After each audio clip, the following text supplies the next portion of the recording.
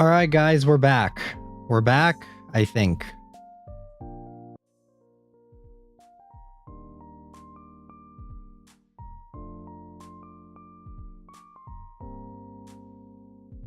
But I have to... There we go. All right.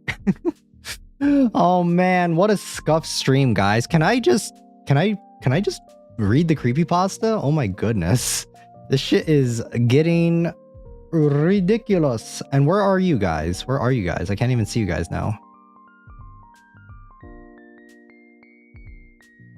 There you go. There we go. Okay. All right. All right. We're back on Streamlabs. Thank you, Train, for the $20. Thank you. Thank you. I appreciate it. Thank you so much. Thank you. Thank you. We're back. We're back now, I think. We're back on Streamlabs. So I'm praying that things are okay. I hope things are okay now. I hope that my connection is all right. I think one of the issues that I was having is with OBS is that I've not calibrated with my connection settings and stuff. I just kind of like threw it together and wanted to see how it goes. And obviously that is not quite right. But with Streamlabs, it's usually a little bit easier when it comes to like I've been working with Streamlabs for so long that I found exactly what works with my connection and everything. But of course, Streamlabs had to fail me. So now I'm switching between now I'm like hopping back and forth between them. But hopefully this is good. Hopefully everything is okay now. I'm praying. We're gonna like we're so back. Yes, we're so back. I'm gonna give it a little bit of time before we actually start reading again, like last time, just to make sure that the connection's stable, to make sure that everything's okay before we actually get into reading the creepypasta. I'm gonna be honest, guys. I'm about to just go for it. We're about to just go for the creepypasta, like just start reading it and pray that that there's no more connection issues as we continue. I did lower some of my settings for Streamlabs anyway, just hopefully that keeps it okay. It looks like it is. Everything looks to be all right. Praying as we speak. Yes, I'm praying that everything is okay. Hopefully it stabilizes. But I also made sure to turn on all of the settings and stuff to make sure. But yes. I just want to read the creepypasta. Oh man. This is so scuffed. This is so scuffed. Let me see, guys. Just a second. I'm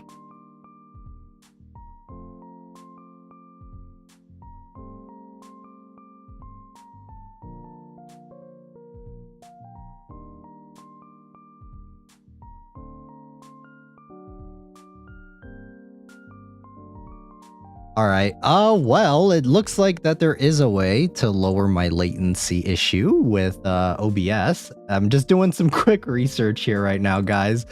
While we're waiting, because we're just sitting here.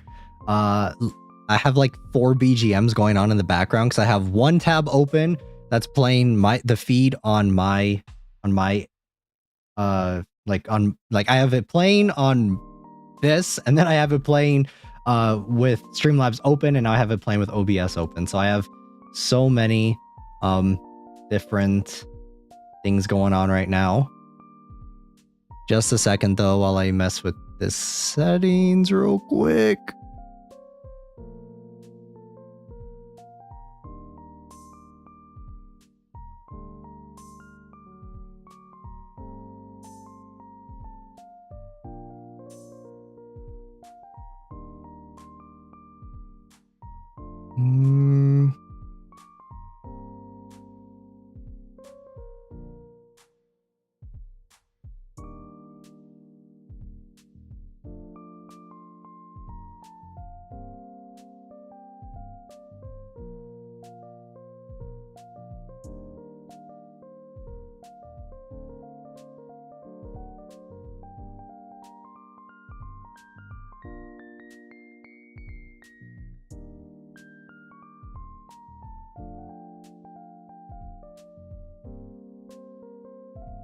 All right, guys, I have so many different things open right now. I'm trying to figure out which one to do.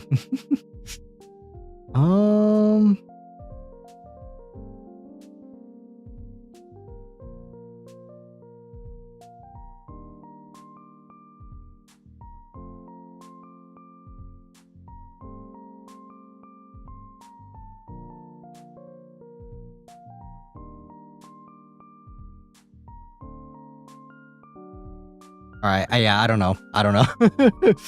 I'll mess with this later. I'm going to have to mess with this later. I can't do this right now, but all right.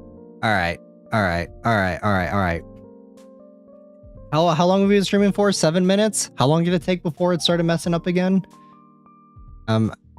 Looking at all of this, there's so many different things to mess with, and yeah, it's gonna take me a while to get the settings going. But all right, guys, I think we're gonna jump into the creepypasta. We're gonna read it. It sucks that the last like 30 minutes of me yapping about it is no longer going to be in the VOD. I apologize to anyone that is watching this VODed. We've had major issues going on. So I apologize to all my VOD watchers that are watching this in advance. My apologies. I really wish that the stream wasn't as scuffed as it is right now, but we are going to read the creepypasta. We're going to get into it. I will have to do this though, because my mic is not on any of these. So we're going to have to add it back in.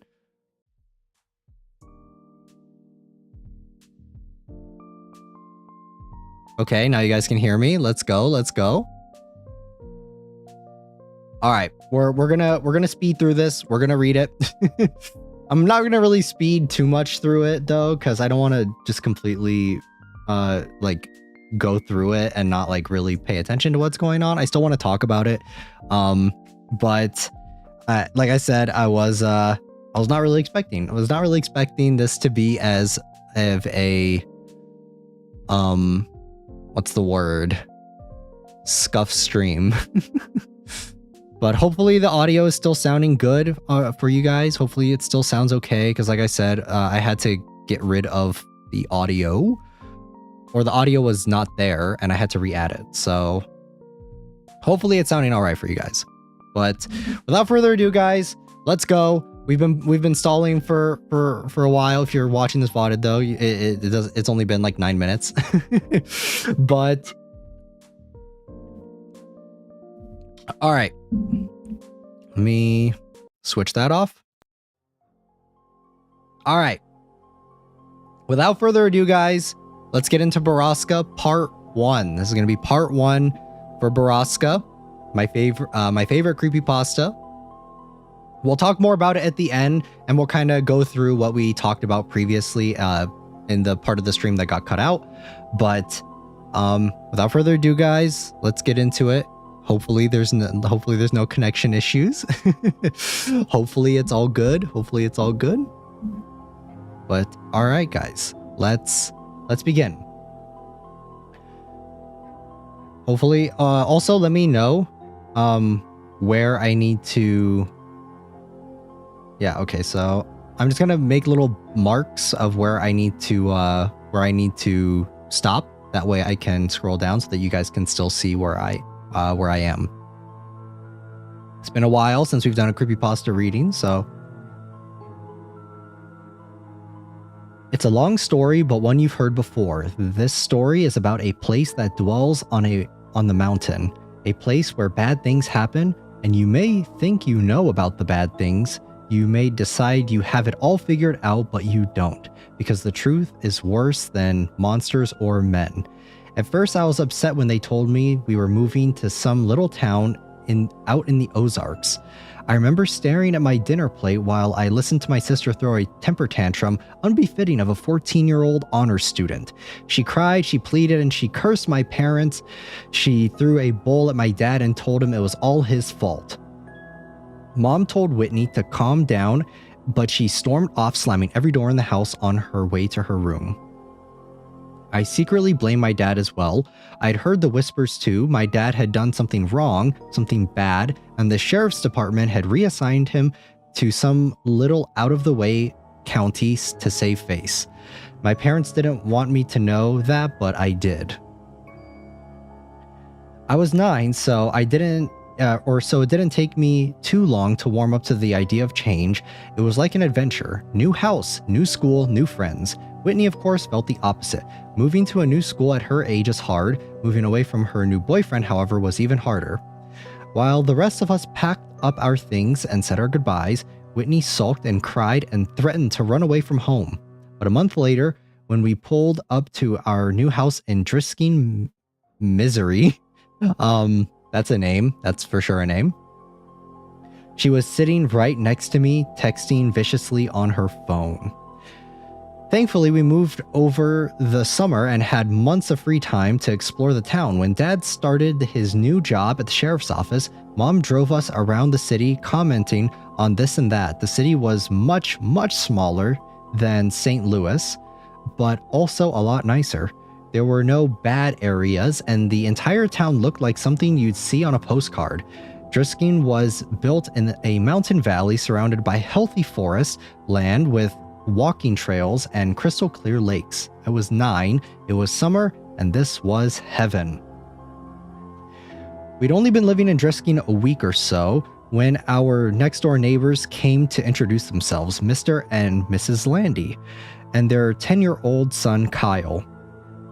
While our parents talked and drank mimosas, I watched the Landy's lanky, red-headed son hung out in the doorway, shyly eyeing the PS2 in the living room. Do you play? I asked. All right. Okay. Let me make another marker of where we are so I know where to stop. All right.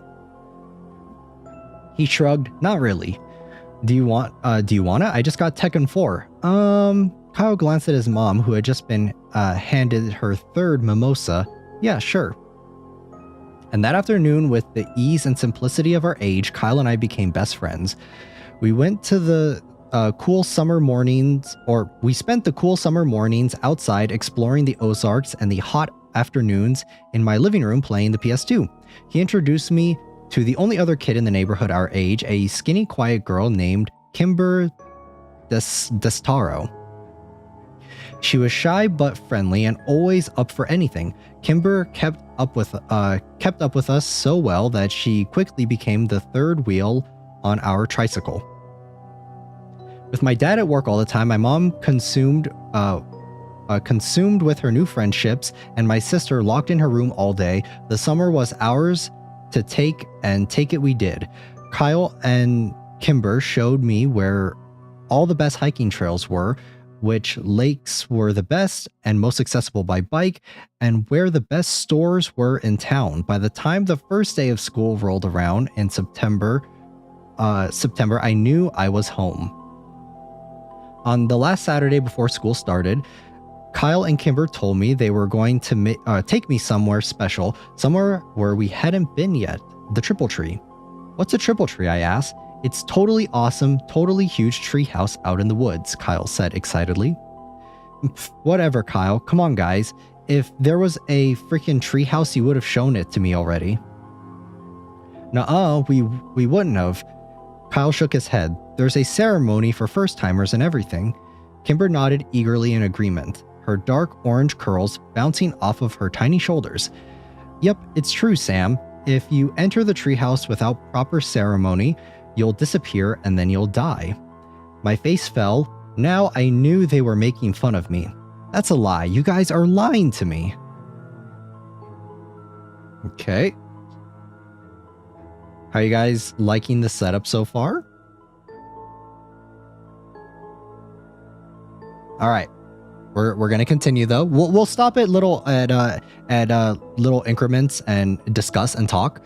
I may chime in and talk about certain things here and there, but I think so far I really this is the one thing about this creepypasta that I absolutely love, is that it is so well written. It is really, really well written. Just everything about it is so good. But let's continue. We're gonna continue. No, we're not, Kimber insisted. Yeah, we'll show you. We just have to get a knife for the ceremony and we'll go. What? Why do you need a knife? Is it a blood ceremony? I whispered. No way, Kimber promised. You just say some words and carve your name into the triple tree. Yep, it only takes like 1 minute, Kyle agreed. And it's a really cool tree house, I asked. Oh yeah, Kyle promised. Okay, I guess I'll do it then. Kyle insisted on using the same knife he used during his own ceremony, but we paid a price to get it. Mrs. Landy just happened to be home with her youngest son, Parker, and despite Kyle's many objections, his mother insisted we take his 6-year-old brother with him. Mom, we're going to the treehouse. It's only for older kids. Parker can't go.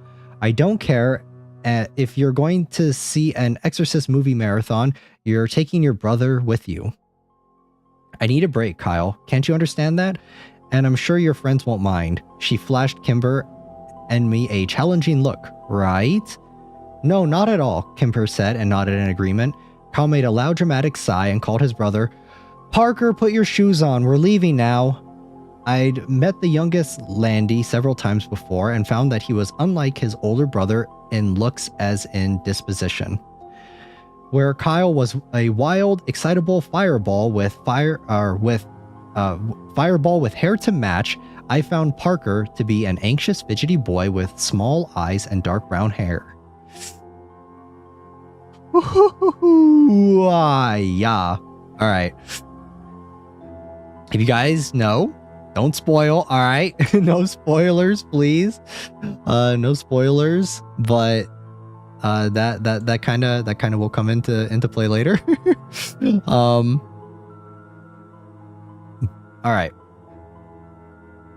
But also on the mom too, she's like, I need a break. Get rid of the I don't care if you're gonna go see The Exorcist. Take your brother with you. Like parent of the year right there. I kind of have an idea. I mean, no spoilers. If you guys want to put theories, you guys can put theories, but I will neither confirm nor deny your theories. No spoils? Yes, no spoiling for those who don't know. We got on our bikes and made our way to a lesser-known hiking trail a few miles away. I'd asked before where the trail led when we'd ridden across it several weeks before, and Kyle had given me the underwhelming answer of nowhere interesting. We pulled up to a trailhead and leaned our bikes against the wooden signpost, which read West Rim Prescott Ore Trail. Why are there so many trails around here named Prescott? I asked. Is this Prescott Mountain or something? Kimber laughed. No, dummy, it's because of the Prescotts, you know, the family that lives in the mansion up on Fairmont. Miss Prescott and his son Jimmy own like half the businesses in town. More than half, Kyle agreed. Which ones? Does he own the GameStop? The only store in Drisking I really cared about. I don't know about that one. Kyle wound a lock around the 4 bikes and clicked it to the bar into place. Then he spun the numbers on the dial, but like the hardware store, the pharmacy, Glinton's on 2nd, and the newspaper. Did they start this town? I asked. Nah, mining started the town, I think. I want to go home. Parker had been so quiet I'd completely forgotten he was there. You can't go home. Kyle rolled his eyes. Mom said I had to bring you, so come on now. It's only like a 2-mile walk. How long is 2 miles in kilometers, guys? I want to take my bike, Parker answered. Too bad, we're going off trail. I don't want to go. I'll stay with the bikes. Okay. Let me get to the next section. There we go. Don't be such a wussy. I'm not. Kyle, be nice, Kimber hissed. He's only 5. I'm 6, Parker objected. I'm sorry, 6. You're 6. Kimber smiled at him. All right, fine. He can hold your hand if he wants, but he's coming. Kyle turned and started up the trail. Parker face fell into an undignified frown, but when the charming Kimber stuck her hand out and wiggled her fingers at him, he took it. Kyle was right. It wasn't a long walk, only about half a mile down the trail and then another half-mile hike on a well-tread path up the mountain. It was a steep climb though, and by the time we got to the treehouse, I was winded. What do you think? Kyle asked excitedly. I studied the tree as I caught my breath. It's pretty awesome. I smiled, and it was. They hadn't lied. The treehouse was the biggest I'd ever seen. It had multiple rooms, and there were actual curtains in the windows. A sign above the door said Ambercott Fort, and a rope ladder hung below the threshold, missing several planks. I'm going up first, yelled Parker, but Kimber caught his arm. You have to do the ceremony first or you'll disappear, she reminded him. That'd be fine with me, Kyle grumbled. I was eager to get into the fort myself. Like 3.5, I think. Oh, okay, so that's quite a bit, I think. How's the stream? Is it laggy? Hopefully it's not. There's not any issues. Hopefully there's no connection issues. We back? Nice. Yes, we're back. We're back. We just decided to jump into it. But thank you, Train, for the $20 during the scuff. I appreciate it. I appreciate it. No lag? Okay, good. I'm glad that everything seems to be a little bit more stable. We're back on Streamlabs, though, so that is why.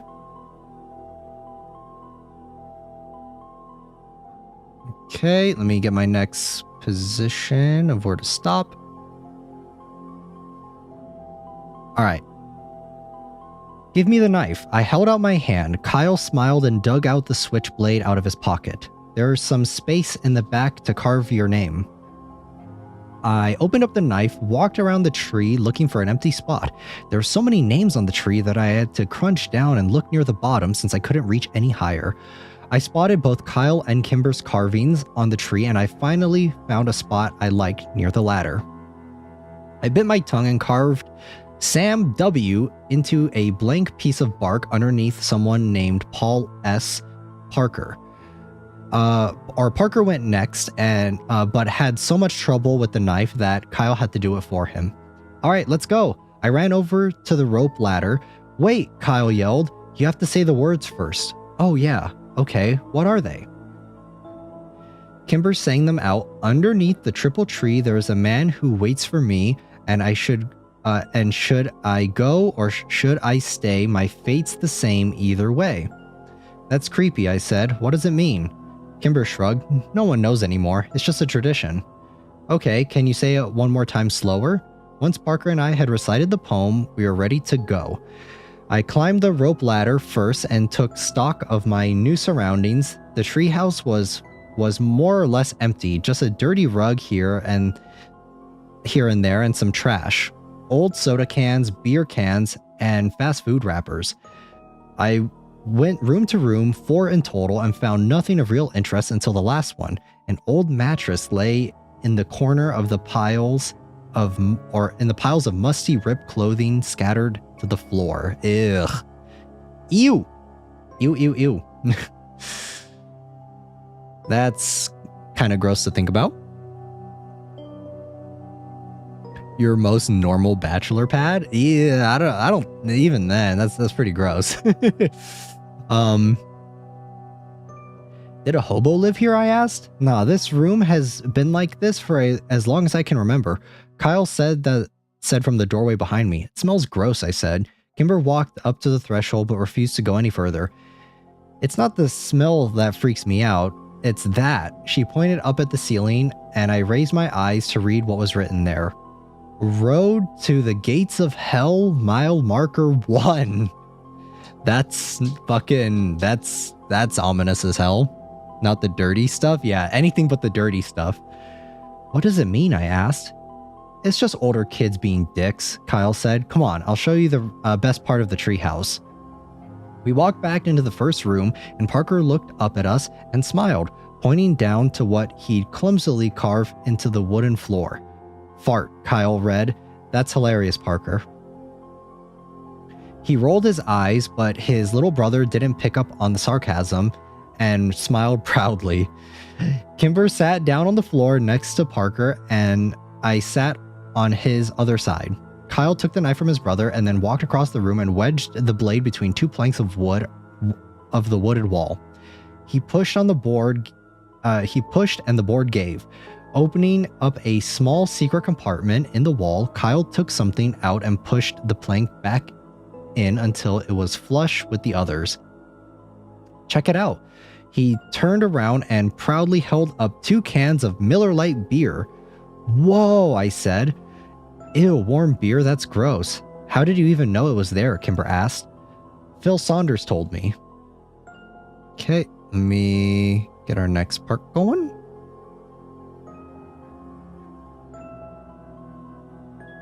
Are we going to drink it? I asked. Hell yeah, we're going to drink it. Kyle came and sat down in our circle, popped open the first beer, and offered it to Kimber. She eyed it like she was trying like he was trying to hand her a dirty diaper. Come on, Kimmy. Don't call me that, she yelled at him and then reluctantly took the open beer.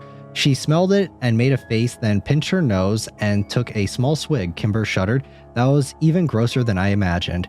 I don't want any. I'll tell Mom, Parker said as the beer passed in front of him to me. Good, because you ain't getting any, Kyle promised, and you won't tell Mom shit.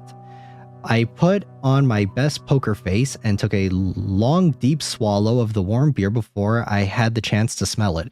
It was a poor decision, and when I retched, the foul yellow liquid went all over my shirt. Aw man, now I'm gonna smell like beer. We spent the next hour and a half drinking the 2 cans of Miller Lite, and after a while the taste grew more tolerable. I couldn't tell if I was becoming a man or actually getting drunk. I hope it was the former. When the last drop of the last beer was consumed, we spent 20 minutes trying to determine if we were drunk. Kyle assured us that he was wasted, while Kimber wasn't sure. I didn't think I was, but I failed all of our drunk tests. Kimber was in the middle of reciting the alphabet backwards when a loud metallic grinding suddenly pierced the calm mountain air like a gunshot. Kimber stopped talking, and we spent a few minutes staring at each other, waiting for the noise to end. Parker curled into Kimber and put his hands over his ears. After what seemed like 10 whole minutes, the sound ended and as suddenly as it had begun. All right, there we go. We're picking up.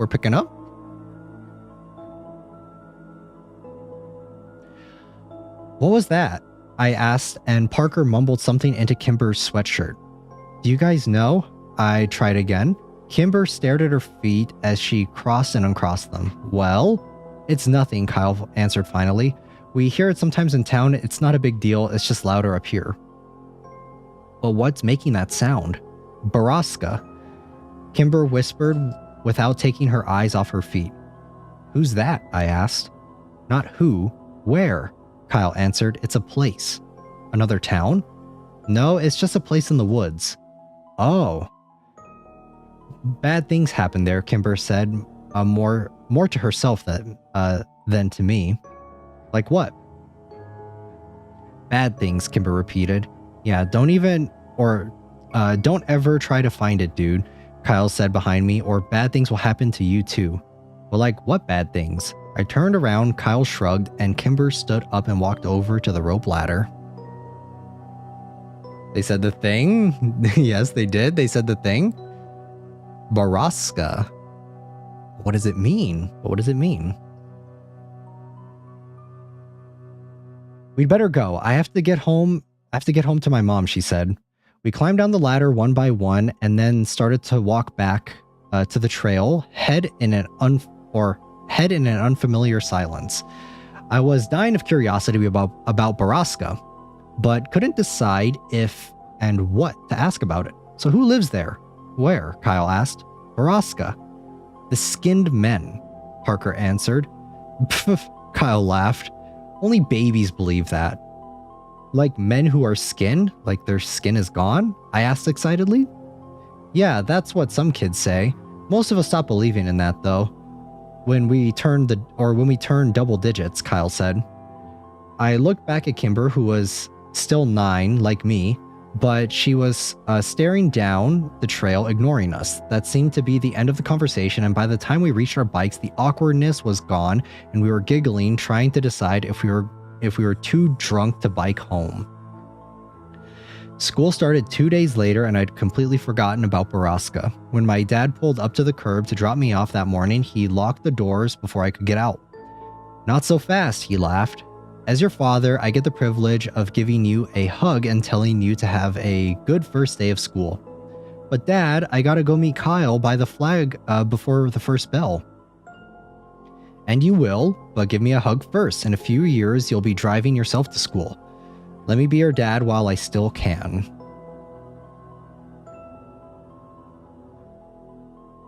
This shit is so good, guys. It's so easy to read. This creepypasta is really, really good to like, it just flows so naturally, if you guys get what I mean. Like, just reading it compared to the last one we read, which was Anisee's Goatman. That one I could not, like, it was so hard to read it. I probably should have just gone through that one and just like rewritten parts of it just to make it a little bit more coherent. But comparing like this one, it really does feel like we're just reading a novel. It's so well written. There are some occasional typos here and there that I'm trying to like improv on if I notice them, but for the most part, it's pretty good. It's pretty good. It's so like some creepypastas, they just flow so naturally, and this is one of them. Fine, I said, exacerbated, and leaned over to give my dad a quick hug. Thank you. Now you can go meet your friend. Your mom will be waiting here to pick you up at 3:40. I know, Dad. Why can't I take the bus like Whitney? When you're 12, you can take the bus, he smiled and unlocked the doors. Until then, I get to drop you off in the mornings. If you think it'd make you look cooler, you can ride in the back seat behind the cage. Dad, just don't. I threw open the door of the cruiser before he could say anything more and ran as he laughed behind me. Kyle was already waiting for me at the flagpole, and he'd found Kimber too. Dude, you almost missed the bell, he yelled when he saw me. I know, sorry. Whose class are you in? Kimber asked. She was wearing a red sweater and leggings with frogs on them. Her curly orange hair was brushed into ringlets and her lips were pink and shiny. She never looked prettier, and I was surprised to realize I'd never really seen Kimber as a girl. Mr. Diamonds. Me too, she said cheerfully. Lucky, Kyle scoffed. I'm in Mr. Teverdes? Teverdes? Only 2 4th-grade teachers, and I get the crappy one. Kimber grimaced. Yeah, my mom had her own my mom had her own when she was a kid. What's wrong with her? What did she say? Welcome in Japanese Spider-Man. Is this a channel where you read things? Occasionally. But I also like the story so far. Yeah, it's really good. The story is poppin'.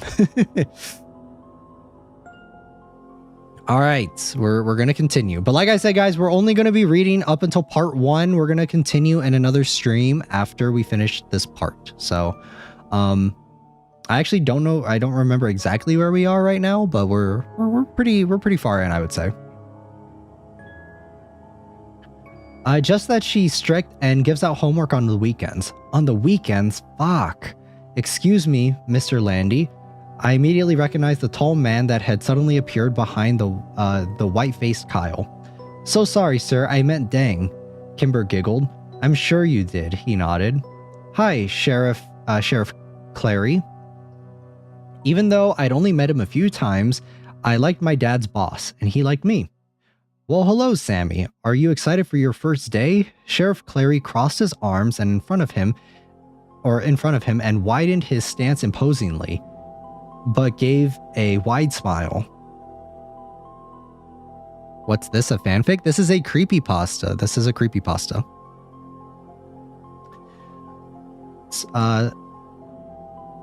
Wait, were we? Yes, sir, I said, and then added lamely, what are you doing here? I'm giving a presentation to the 5th and 6th grades about safety and walking to and from school. Yeah, he gives it every year, Kyle muttered. Cool, I smiled. Sheriff Sheriff Cleary nodded at me and then turned and walked away.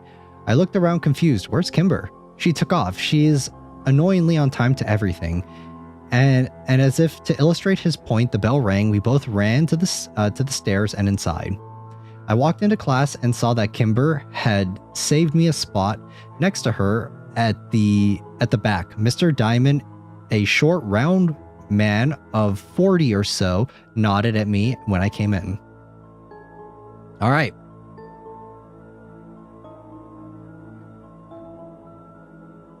I'm just marking so that you guys can see where we are, or so that I can see where we need to end off for each section. Mr. Walker, I presume. Yeah, that's me. As I mumbled as I rushed past him to the desk next to Kimber. Welcome to Driskin Elementary, and for the rest of you, welcome back. Go Grizzlies. The class echoed a reluctant and subdued "Go Grizzlies." Kimber introduced me to the other kids in the class throughout the morning. Most of them were nice, if sort of underwhelmed by me. They said their hellos and asked where I was from, and the conversations usually ended with an unimpressed "okay." A group of girls who sat near the front snuck looks at us all morning and snickered. I asked Kimber who they were, and she just shrugged. During our second break, they came up and talked to me. Are you friends with Kimber DeStaro? A tall, dark-haired girl asked me. Yeah, I answered and looked over at Kimber. She was watching me with worried eyes. Are you related to her? No. I didn't think so because you don't have orange hair. I didn't know what to say about that. You don't have to be friends with her, you know, said the second girl with an oddly round face. I want to be friends with her. A third girl behind the other two snorted. She had pretty auburn hair and a rude upturned nose. If you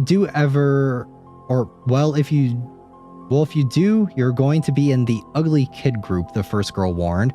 And once you're in that group, you can't leave ever. Sorry, guys. All right, there we are. All right, I'm going to reread that because I totally butchered that part. Well, if you ever do, you're going to be in the ugly kid group, the first girl warned. And once you're in that group, you can't ever leave. Better than the bitch group, I said. Rude nose and round face gasped, but dark hair smiled. We'll see, she said, and the three turned to their corner of the room. I sat back down next to Kimber, feeling like a badass. It was the first time I'd ever used a swear word in front of anybody other than Kyle. What did they say to you? Kimber asked nervously. They said you're too pretty to be near them and that you make them look gross, so we have to stay away from them. Liar, Kimber answered, but I could tell she was smiling. We met Kyle in the cafeteria at lunch, and he had nothing but bad things to say about his morning. Mrs.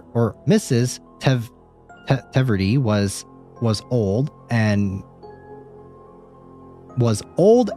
mean. Or sorry, guy. How do I read? Mrs. Teverty was old and mean, and she made everyone come up and say something about themselves, even though the class had only had 14 kids and they all knew each other. When the bell rang for recess, I went to throw my lunch away with Kyle and bumped into a kid I hadn't seen before. Hey, are you Sam Walker? The kid asked. Yeah. Oh, your sister is dating my brother. Oh man, Kyle laughed. Your sister is dating a Whittaker. Shut up, Kyle, the kid grumbled. She's gonna be Whitney Whittaker. As funny as it was, I couldn't help but be a little surprised. Not that I'd been paying attention, but I'd only seen Whitney out of her room once over the summer. He's a nice kid, goofy out kids, right? This is so Stranger Things coded, honestly. Like this gives me major Stranger Things vibes. Where did she meet him? I asked the Whittaker kid. I don't know, probably at his job. His job where? He works at Driskin Water. It didn't make any sense to me, but I shrugged it off. I did remember my mom giving Whitney some menial tasks like getting the car washed and setting up some utilities to get her out of the house. Maybe she met him once they started dating, or maybe she met him once and they started dating over text. Teenagers were weird. The rest of the school week followed, much like the first. We were well into the first month when I heard someone mention the skin men again. We were out on the playground and Kyle and I were trying to start a fire with 2 large wood chips. I just given myself a splinter when the distant sound of metal grinding on metal flooded over the playground, silencing every one of us. Borrasca, I said in awe. Yep, said Phil Saunders. The skin men kill again. Hey, Kyle said only babies believed in skin men. I threw an accusatory look at Kyle. They do. Phil's just stupid. Am not. Ask Danielle. She's seen them. Phil scanned the playground and then yelled at a blonde girl talking to Rude Nose. Hey, Danielle, come here. The blonde girl rolled her eyes and came skipping over anyway. What do you want? I told you Kayla doesn't like you, Philip. No, tell them about the skin men. Phil gestured to the air around us, which was filled with the metallic scraping coming down from the mountain. All right. Oh boy, this is... I'm going to stop at this point, just so that I can... Or at this point, so that I can scroll down, because there's a large paragraph, so... Imagine the sound, right? Imagine the sound of just like the metal grinding. Like I already dislike, like see this chalkboard here, guys? Like imagine if I just took my nails and just like scraped it all across it. That would suck, right? It kind of reminds me of that. You tell them. No, you saw them, so you tell them. I didn't see them. Paige saw them. Oh, Phil said, and an uncomfortable silence descended. You guys are weird, Danielle said before flipping her hair in our faces and leaving. Who's Paige? I asked when she'd gone. Her sister, Phil said. Paige disappeared when we were like 5, Kyle said. After she saw the skinned men, Phil added. The sounds coming from the mountain abruptly ended and the subdued atmosphere of the playground disappeared with it. When the bell rang, Kyle lined up in his class line. And since Phil was in my class, I made sure I was behind him. The teachers begun to count us off. Hey, what else do you know about Borrasca? I whispered to him. My brother said that that's where people go when they disappear, to Borrasca. What happens to them there? Bad things, he said, and then he shushed me when I asked him what they meant. All right. Okay, yeah, this is the paragraph that I was talking about. I wanted to stop a little bit earlier so that we can continue. The year dragged on, and it wasn't until Christmas break that I heard the machine at Borrasca again. It was December, and there was a thick blanket of snow on the ground, which only served to amplify the noise from the mountain. I sat in my room listening to it for a few minutes, trying to decide what was happening in the place that bad things happen. I saw my dad's cruiser pull up out the window and went downstairs to greet him. As I passed my sister's door, I heard her giggling in that annoying teenage girl way, and I cringed. I hope Kimber never got like that. Dad, I skidded on the landing just as he opened the door.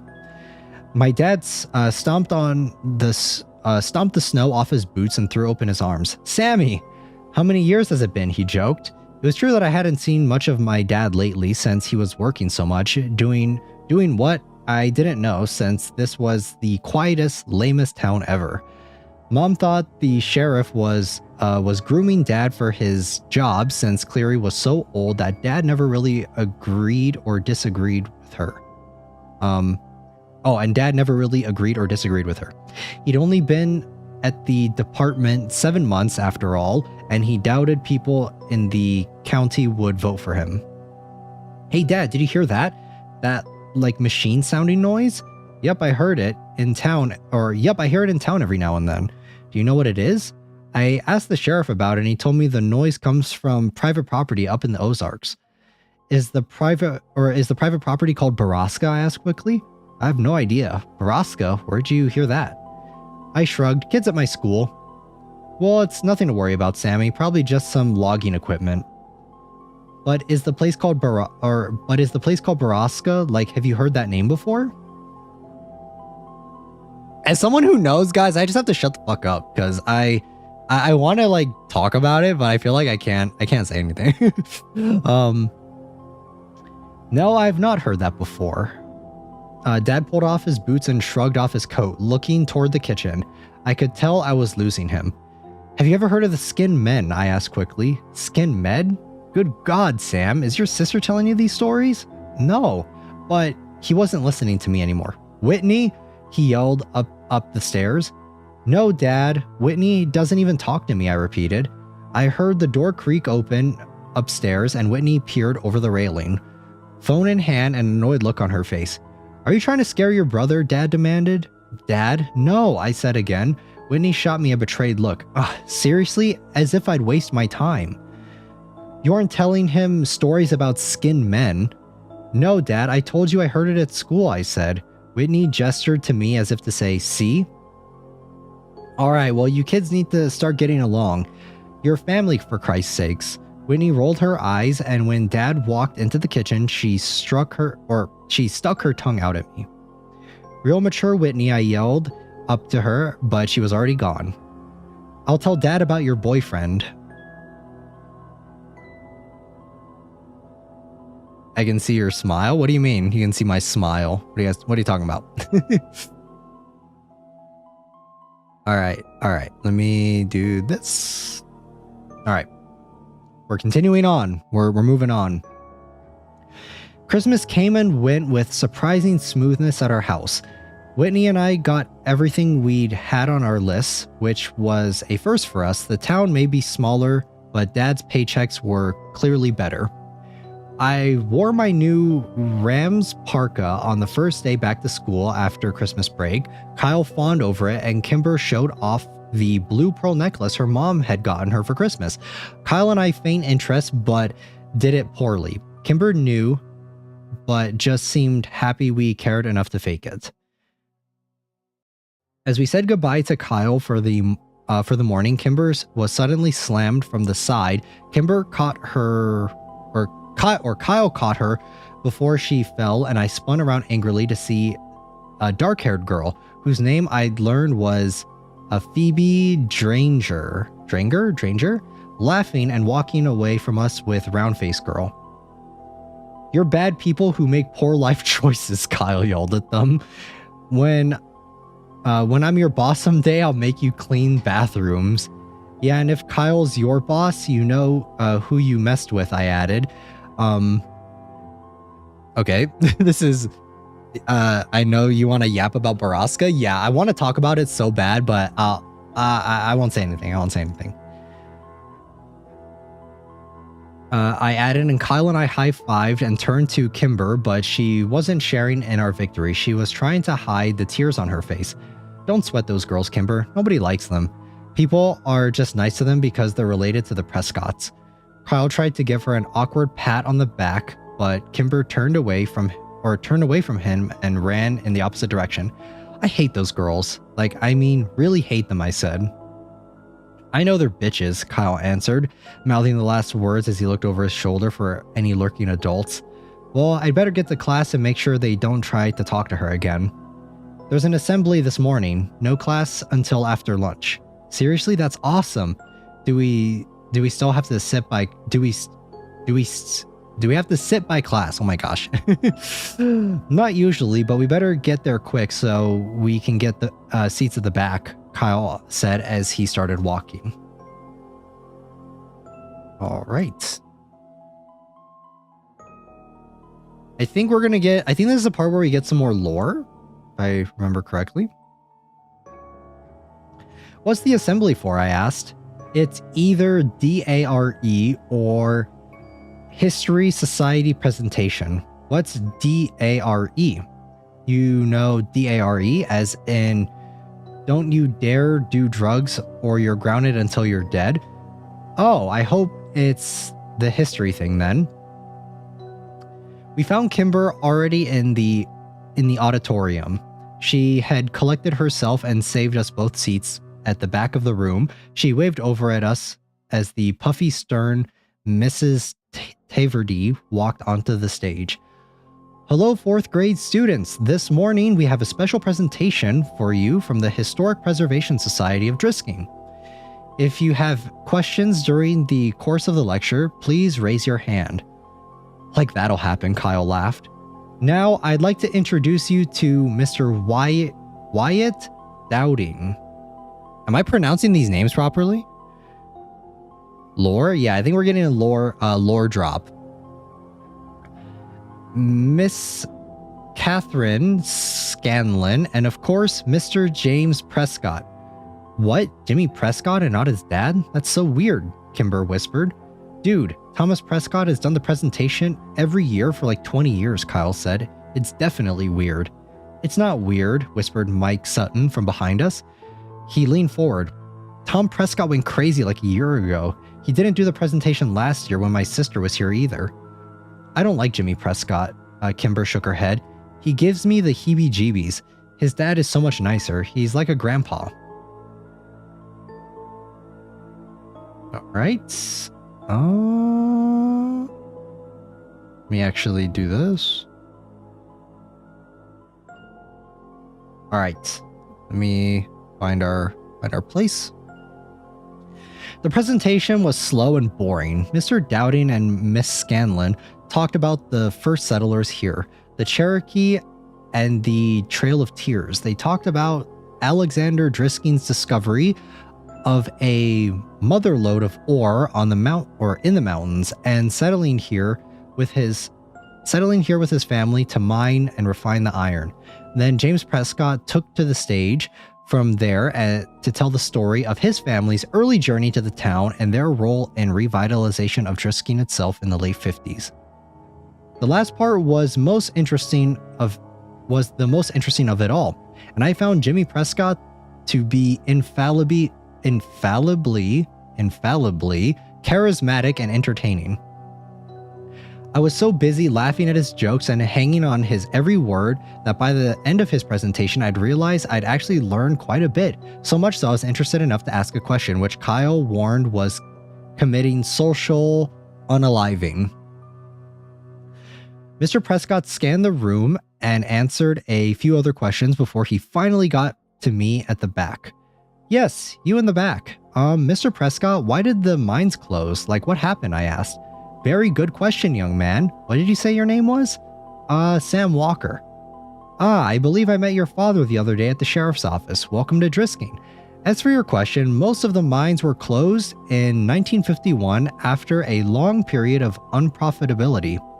The mountain had simply ran out of iron ore. The mills and refineries were abandoned and the town suffered for years.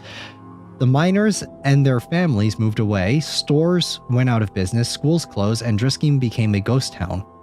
That would have been the end of it if it weren't for stubborn families like mine who refused to leave. We refused to give up the town, and after many, many years of hard work, Drisking became a picturesque little haven in the Ozarks that it is today. I hope that answers your question. I sat back down and Kyle shook his head at me. Bro.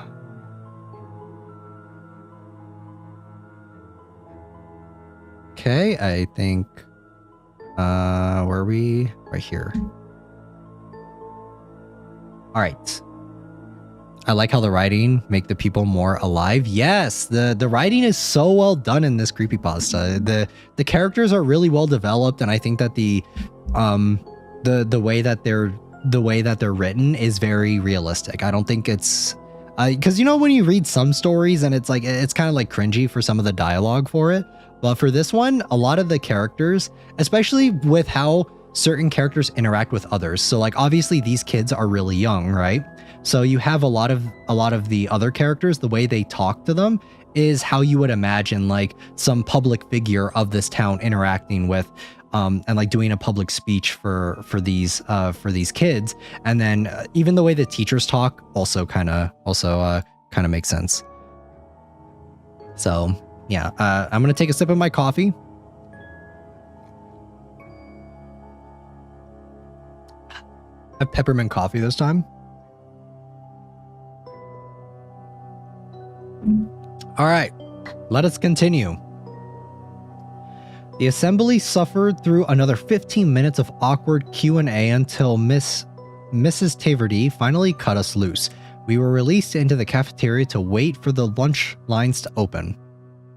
Kyle, Kimber, and I sat in our usual corner. That was so boring, Kyle whined. When are they going to figure out that no one cares about Driskin's history? Seriously, I fell asleep like 3 times. Kimber nudged me. Sam seemed to care, she teased. I just wanted to know about the mines. Mines are creepy, that's all. Yeah, but all our mines were blown up. You can't go in them anymore, Kyle said. Blown up? I asked. Kimber nodded. Some kids died after going into the mines, so the city set off some controlled blast to implode the caverns. At least that's what my mom said. They messed up though, and I heard that they blew up the water table or poisoned it or something. What? How do you know that? Kyle asked. Kimber shrugged. I heard my dad talking about it. Did they use C4 or something? I guess. So, like we all drink water, so we all have C4 in our bodies and could explode at any minute? Kyle said excitedly. Do you think that's what's going to happen to all the missing, or do you think that's what happened to all the missing people? I asked him. Just sitting there one day and boom.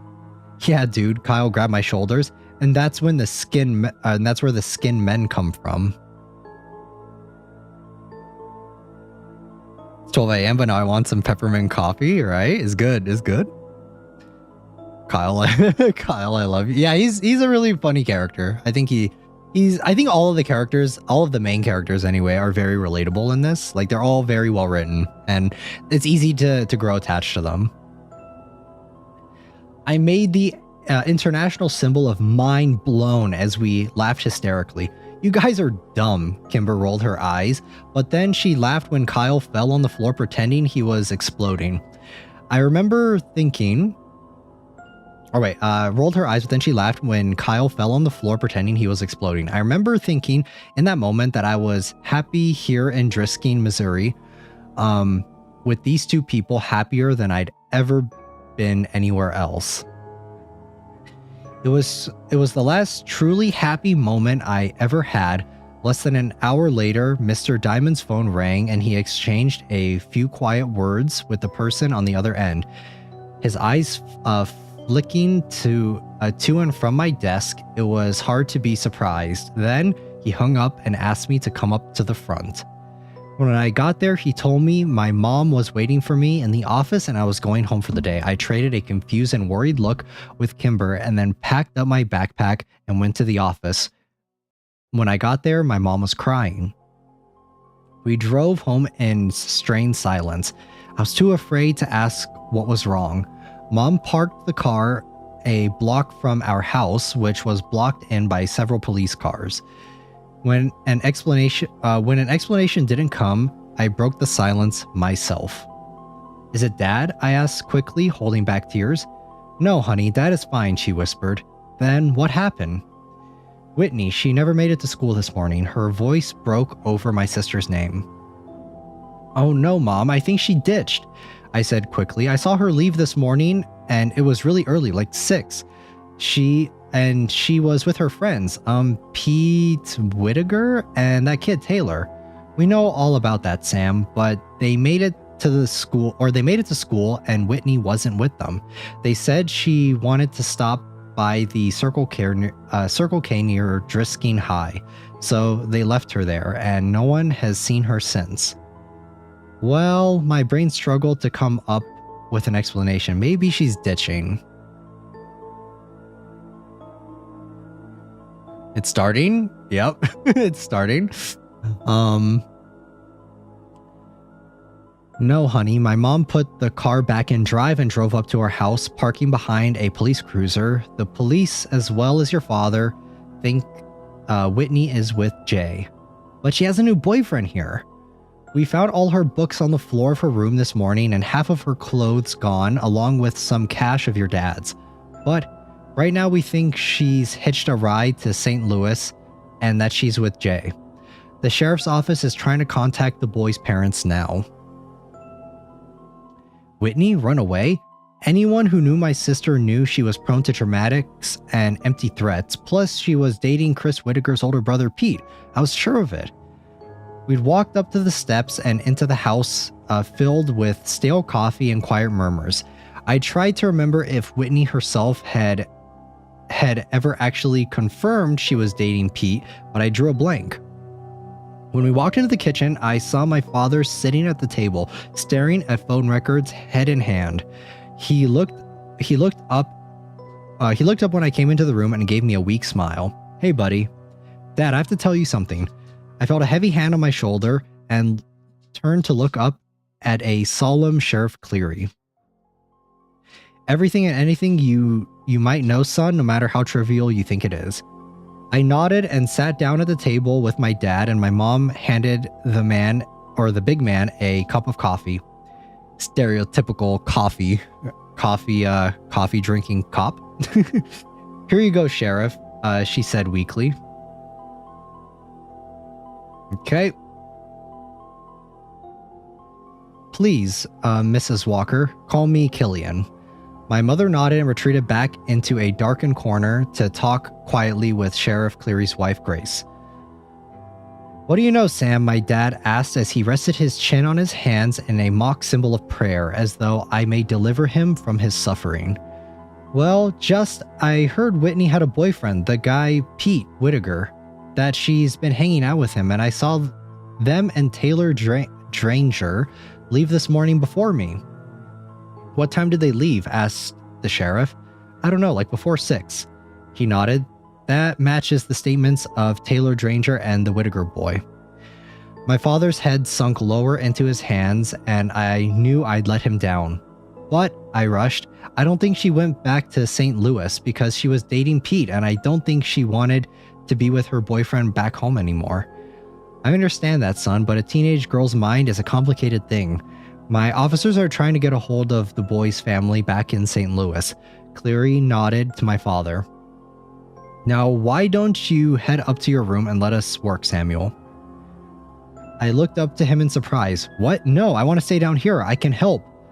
"No, son, there's nothing more that you can do here. You've been a good brother, now let us handle this." "But I can help." "You already have." "Dad," I looked over at my dad with begging eyes. Okay. All right, there we go. Go to your room, Sam, he said quietly. After a moment, I balked. "Dad, now."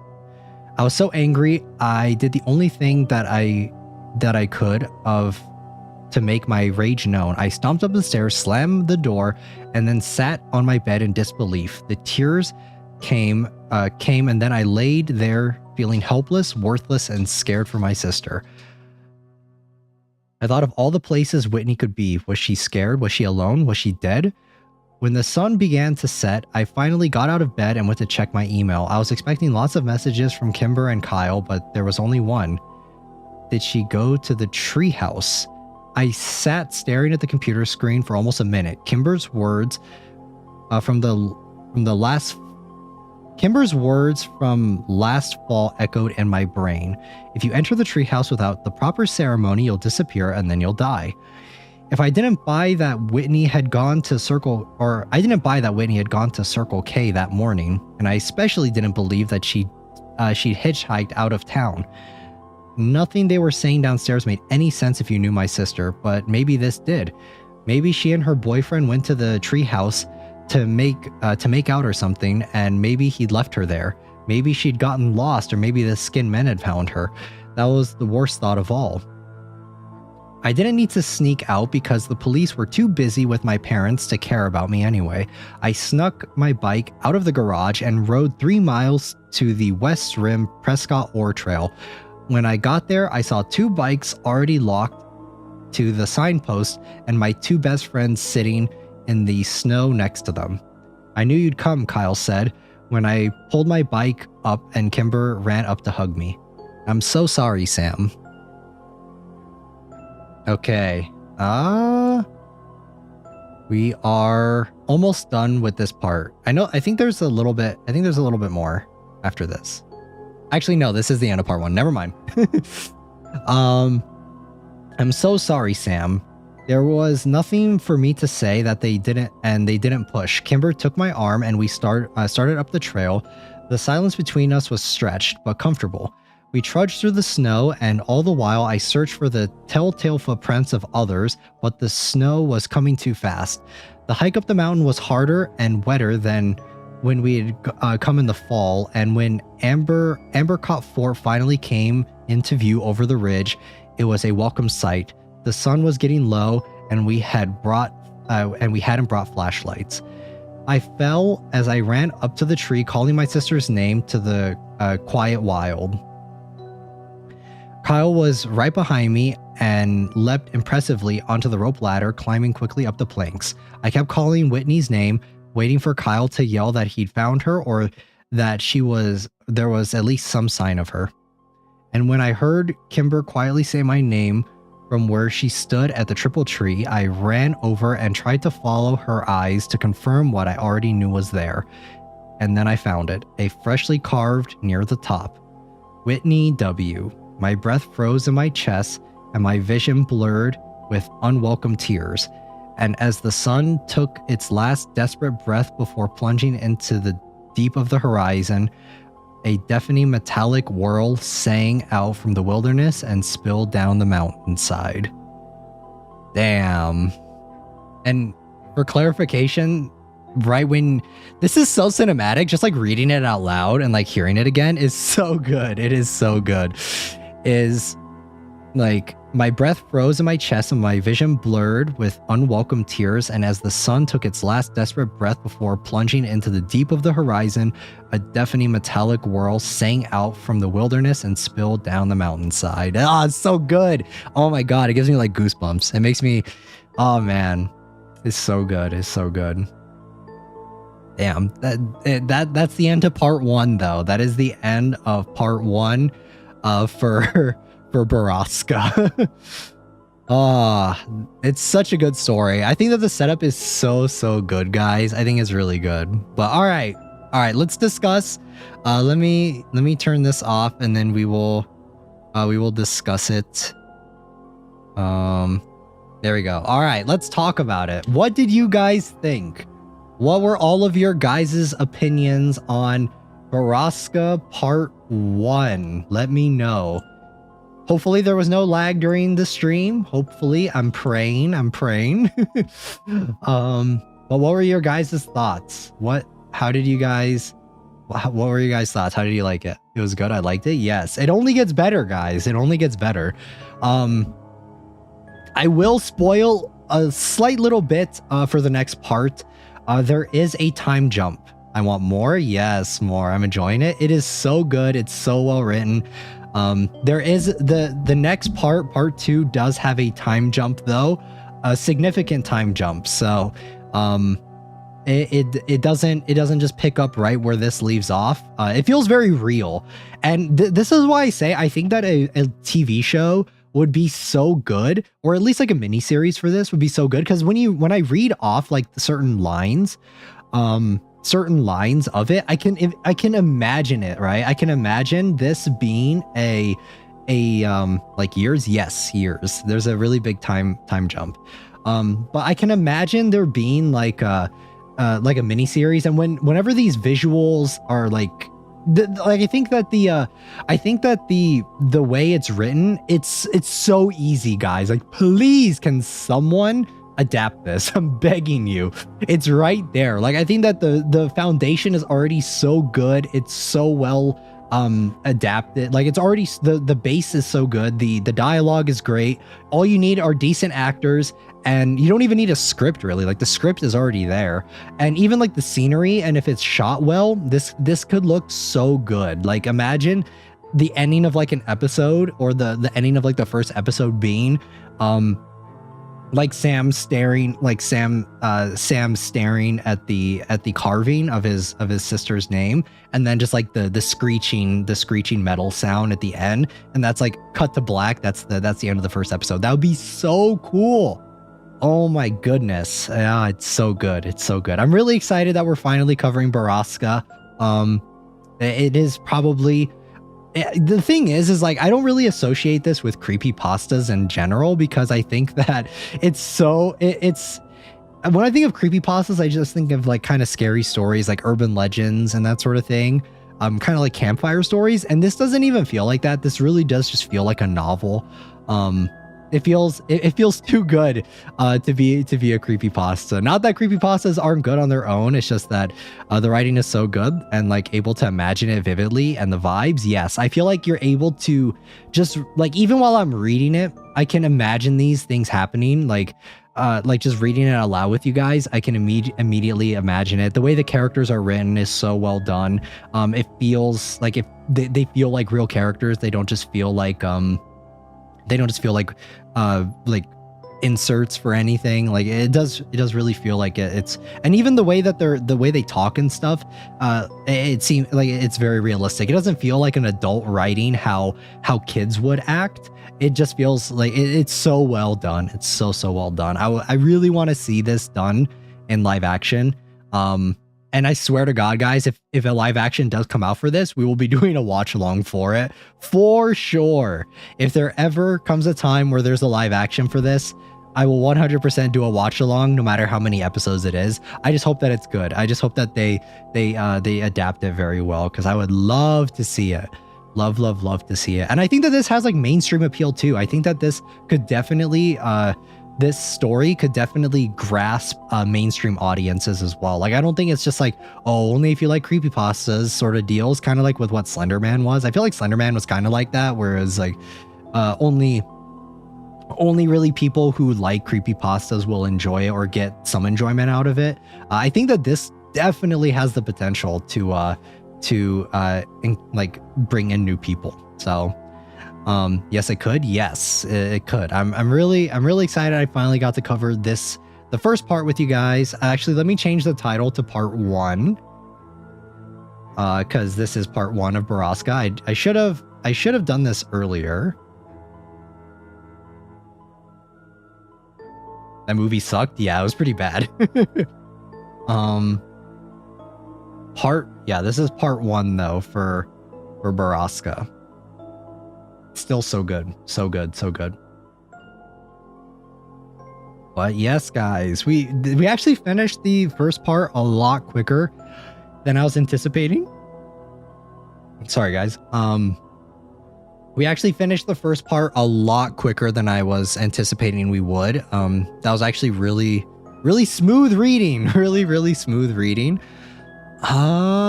Should we start the next little bit, or should we wait? Should we wait for it? Let me see.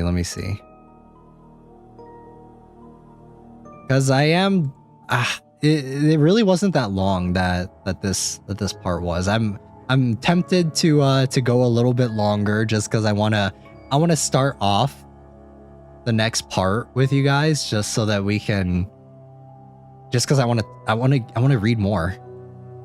This is one of the few creepypastas where it's like I want more of it, you know, like rereading it. I want to read it more.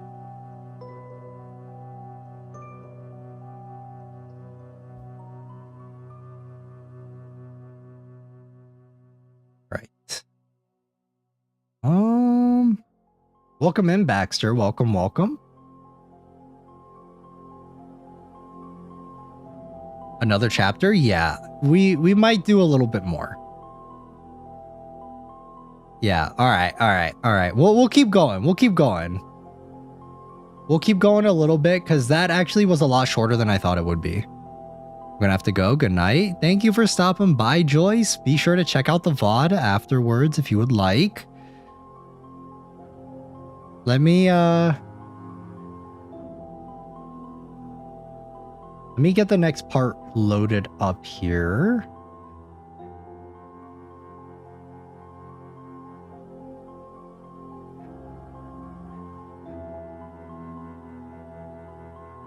All right. Sadly, I have to go. Bye-bye, Sensei and chat. Thank you for stopping by, though, Yukaji. Thank you. Sorry there was so much scuff in the stream. I'm sorry, guys. It was very unfortunate, very unfortunate that there was so much scuff, because we had like what, 30 minutes earlier in the stream?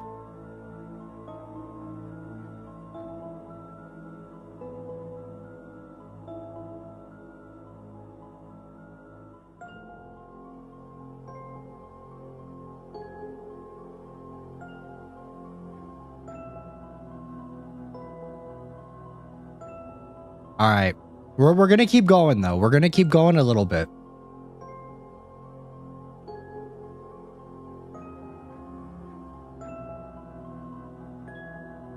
Are you guys ready? Are you guys ready for part 2? I think we'll get a little bit further.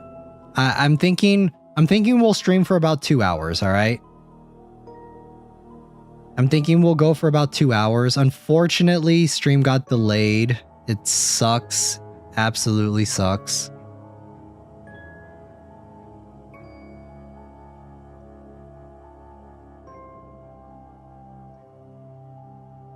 I think I got sick. Oh no, I'm sick too. Everyone's sick. Everyone's sick.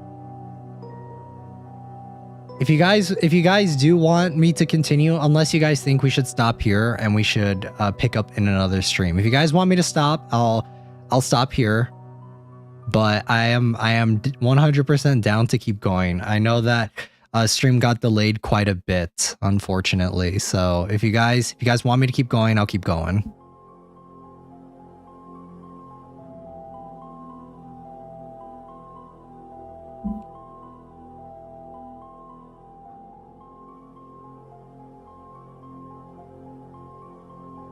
More Yuki is the best medicine. Let's go. Let's go.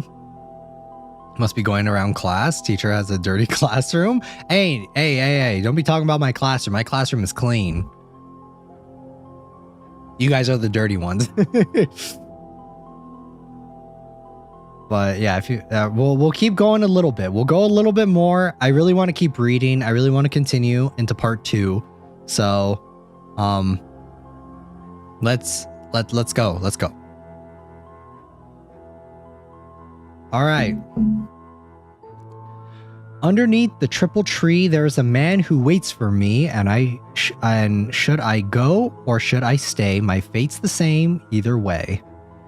Good morning. The words faded back into the ether, and I awoke with a start. Jimmy Prescott was lounging against the wall near the door, an amused yet disapproving look on his face. Shit, sorry, Mr. Prescott, I didn't hear you come in. You know, I worked here when I was a kid too. I installed the bell on the door for this very reason. Didn't seem to wake you up though, he laughed. I mumbled another apology and idly straightened a stack of business cards in front of me. Late night? Kinda. Very. I hope you weren't out at the bonfires with all those underage drinkers. No, sir. Yup. Good. Anyway, I'm here for my lunch. I'll take a Parmesan chicken with avocado on rye. Yes, sir. Happy that the conversation was over. I walked over to the sandwich counter and unwound the twisty tie from the rye bread. Jimmy Prescott stepped back from the counter and idly studied the pictures on the wall. Though he'd seen them 1,000 times before, more of the photos were of the Prescott family, taken over the last century. I always thought it odd decor, but then the shop was named after them, after all. So as you guys can tell, there is a large time jump from the beginning. Is Mira here? Prescott asked as I wrapped up his sandwich. She's in the back. Ah, I thought she'd still be in St. Louis. Well, when you're finished, would you mind getting her for me? Shit. Yes, sir. I handed him his sandwich and went back to find Mira. She was in the office, furiously punching the keys on her accounting calculator. Mira? Jimmy Prescott is out front. He wants to talk to you. She turned and gave me a dubious look. Did he say what about? I shook my head. Okay, she sighed. You can go home for the day, Sam. But are you sure? I still had 3 hours on the clock. He's the only customer we've had since we opened. Don't worry. I'll pay you for the whole day, kiddo. Thanks, Mira. Good luck, I guess. I gave her a sympathetic shrug and she patted my arm. I didn't know, oh my gosh. I gave her a sympathetic shrug and she patted my arm. I didn't know how she did it. Mira was perhaps the most burdened and stressed out woman in all of Drisking, but she never failed to be unbelievably kind. There was a hopelessness about her, a sadness that she hid very well. I left the store out the back door so I wouldn't have to see Jimmy Prescott again. His weird yellow amber eyes always set me on edge. Not to mention he was a total tool. Alright. I hopped in my car and texted Kyle that I was off work. He answered immediately and told me to come meet him. I happily whipped my apron off over my head and threw the car into reverse. Crystal Lake was my favorite place in all of Drisking. Tool? Yeah, he's a real piece of shit. I had to park almost a mile away since the lake was so packed. I eventually found Kyle and Kimber sitting on a rock that jutted out over the beach. Kimber was sunbathing in a blue floral bikini, and Kyle was wearing his no one can tell where my eyes are looking sunglasses. What did I miss? I asked, sitting down next to Kimber. Not much, she answered, stretching and sitting up. Just more beer. She dug into the cooler behind her and tried to hand me a blue moon. Ugh, no way. I waved it away. Got any Excedrin? What is that? I have no idea what that is. Oh no, Kimber gave me her I'm sorry pout. Okay, then I'll just take those sunglasses. I held out my hand to Kyle, who looked at me in horror. What? No, fuck off. Come on, Kyle, give me your sunglasses. Sam didn't get to sleep off his hangover like we did. I smiled at Kyle and he tightened his lips. We both knew exactly what I was doing. Kimber stroked Kyle's arm in encouragement. Please? She asked. Fine, he said as he shoved his blue blockers at me. I put them on and sat back, turning my head to watch the girls on the beach below. Phoebe Dranger, a dark-haired girl, was there lying on a towel next to Roundface and giggling. It still seemed unnatural to me that the two of them without Rude Nose. The three had been inseparable, working as fluidly together as the gears in a watch until Christy had fallen in love with some college kid and run away.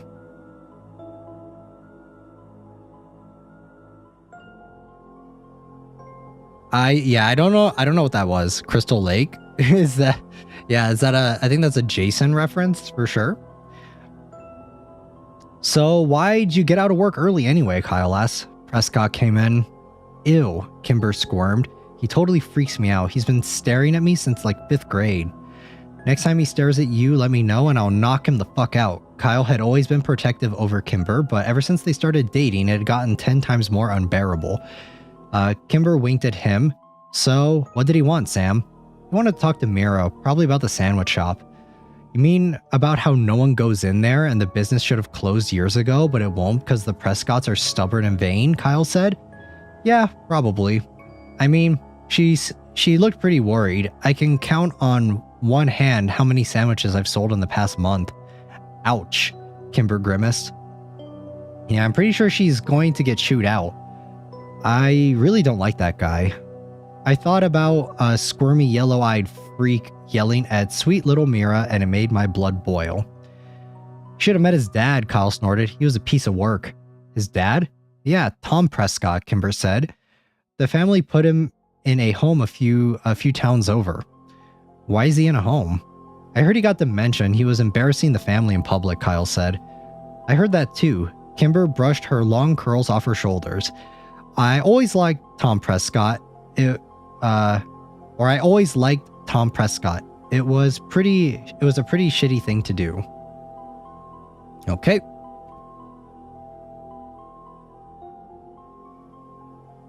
All right. Oh wait, where are we? Okay, there we go. Hey kids, we turn in unison to see Phil Saunders come stomping out of the bushes behind us with Mike Sutton following behind.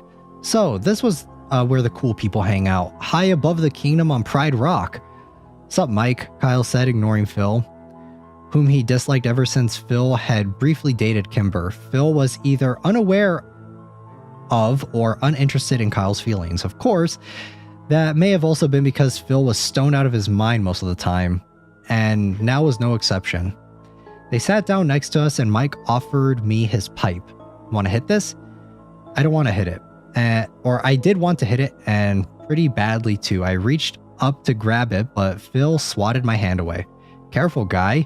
You don't know, you don't want to get the sheriff's son high, for fuck's sake, Mike." Mike nodded knowingly and shoved the pipe away into his pocket. I scowled. "Really? Sorry, Sammy. Hell, the only reason I'm even smoking around you is because today is my cousin's death anniversary, and I don't give a shit about anything else." Wait, what? What the fuck? Your cousin Hannah? Kimber asked with a sympathetic look. "Yep. 5 years she's been gone." Too many people disappear in these woods, man," Mike said as he exhaled a loud cloud of smoke. "Yeah, man," Phil nodded. "You know, sometimes when I'm high, I can see them. I can see them all, and I feel like I know the answers to the mystery, man. Like I'm so close to solving it. It's just that I can't see, or it's just something I can see. Like they're all pieces, and in my mind, I can see the puzzle, but I can see the puzzle put together, but I can't tell what the picture is of, you know?" Gosh, that was so difficult for me to read for some reason. "You're fucking high, Saunders," Kyle said. "We all are, man. We all are. Everyone in this town is drinking the fucking Kool-Aid." Kimber raised an eyebrow at him and said nothing. "Everyone except the dead ones. I can see I can see what they look like before they went into the ground, or is it the grounder? Shit, I don't know, man," Mike said to the space in front of me. "Yeah, I see all those people. Hannah, Paige, Jason, Metley.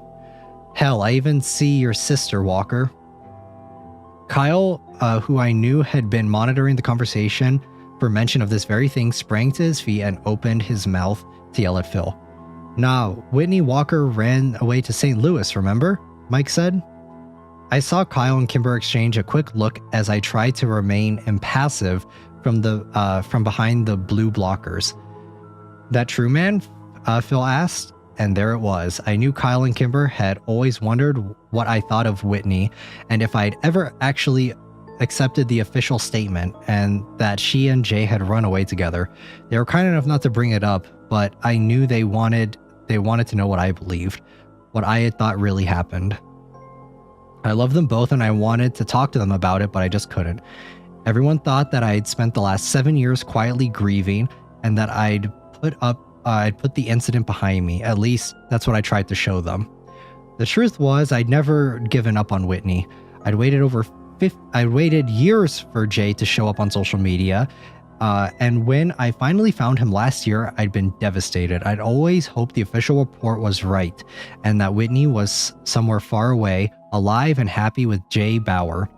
But his MySpace page showed a thriving teenager still living at home with his parents, his ex-girlfriend Whitney, the furthest thing from his mind. I don't know if he has read the Total Drama Island creepypasta. I've not read the Total Drama Island creepypasta yet. All right. I think part 2 is actually quite a bit longer, so I think it's good that we're continuing.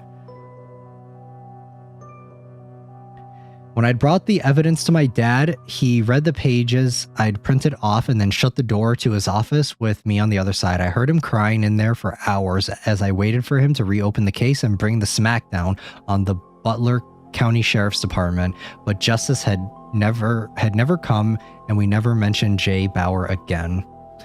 For some reason, I never told Kyle and Kimber about any of that. Maybe it was because I was worried they'd blow it off like my dad had, or maybe, and far more likely, I didn't want them to know how obsessed I'd become with Borrasca and the Skin Men. I knew as assuredly as the sun would rise tomorrow that Whitney's death had happened. That Whitney's death had happened at there. I think that's supposed to be that Whitney's death had happened there, just like all the others who had gone to the Triple Tree. I was suddenly very aware of 4 pairs of eyes staring at me. Yeah, it's true. She ran off with this guy, Jay, from our hometown, I answered. That was enough for Kyle. Alright guys, seriously, he's the sheriff's kid. What do you think's gonna happen if he gets caught with weed? The little man is right, Phil. Let's bounce. I don't need any more trouble with cops around here, Mike said. Later, Walker, Kimber, little man. Phil stood up, brushed off his pants, and jumped from the boulder onto the sandy beach below. He sprayed sand all over a couple of freshman girls who squealed and called him an unthoughtful ass. Phil tipped his invisible hat to them and said, "Ladies," before walking off. Mike followed him down, and as I watched them make their way down the beach, I became aware of the conversation going on behind me. I didn't say I wanted to go. I said I had to go, Kimber said. It's only 2 o'clock and it's Sunday. I know, but my parents have been fighting a lot lately, and I don't want to leave my mom alone for too long. All right.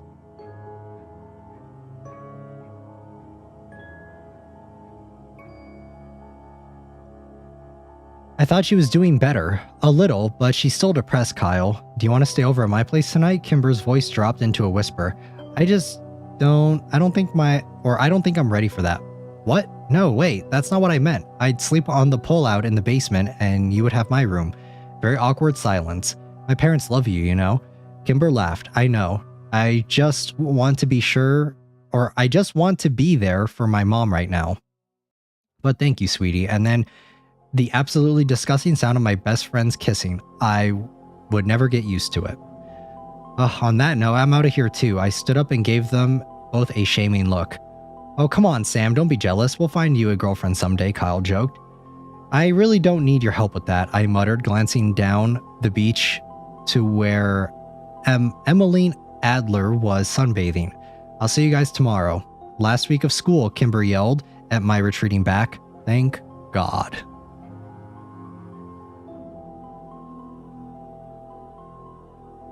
Yuki voice ASMR. I like his voice. It's great to unwind to, unless he screams. Guys, I don't scream that often.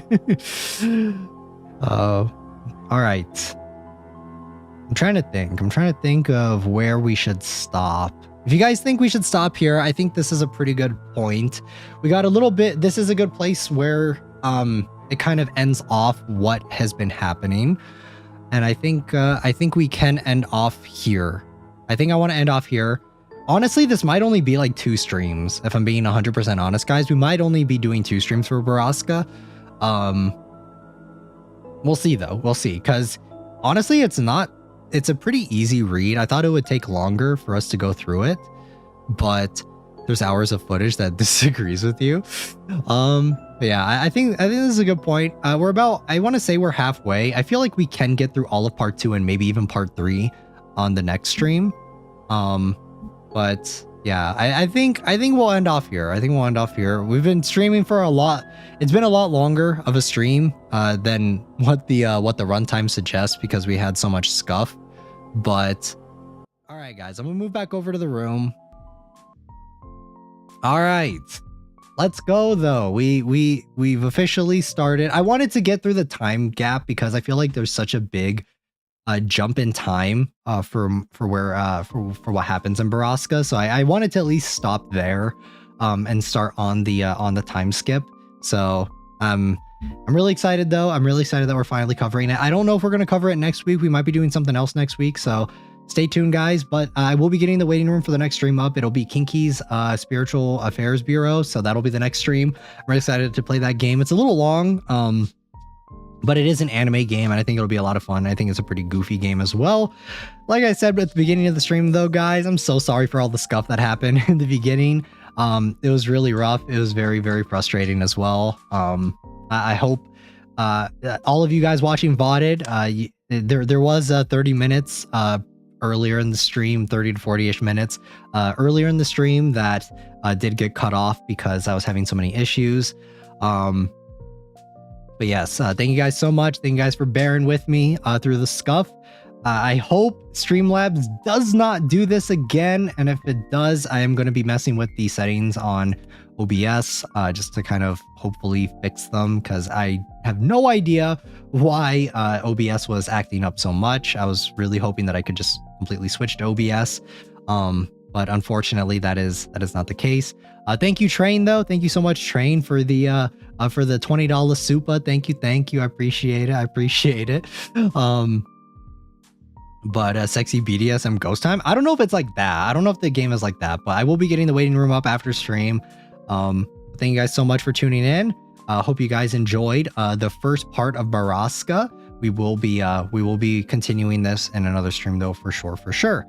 But all right, I'm gonna head out. I'm gonna get out of here. I'm gonna go mess with OBS settings for a little bit longer. So thank you guys so much. Thank you. I hope you all have a great rest of your day or night. Class is dismissed. I'll see you all here on Saturday for Kinky's Kinky Spiritual Affairs. And until then, I think I'll see you guys all in the next one. Jane!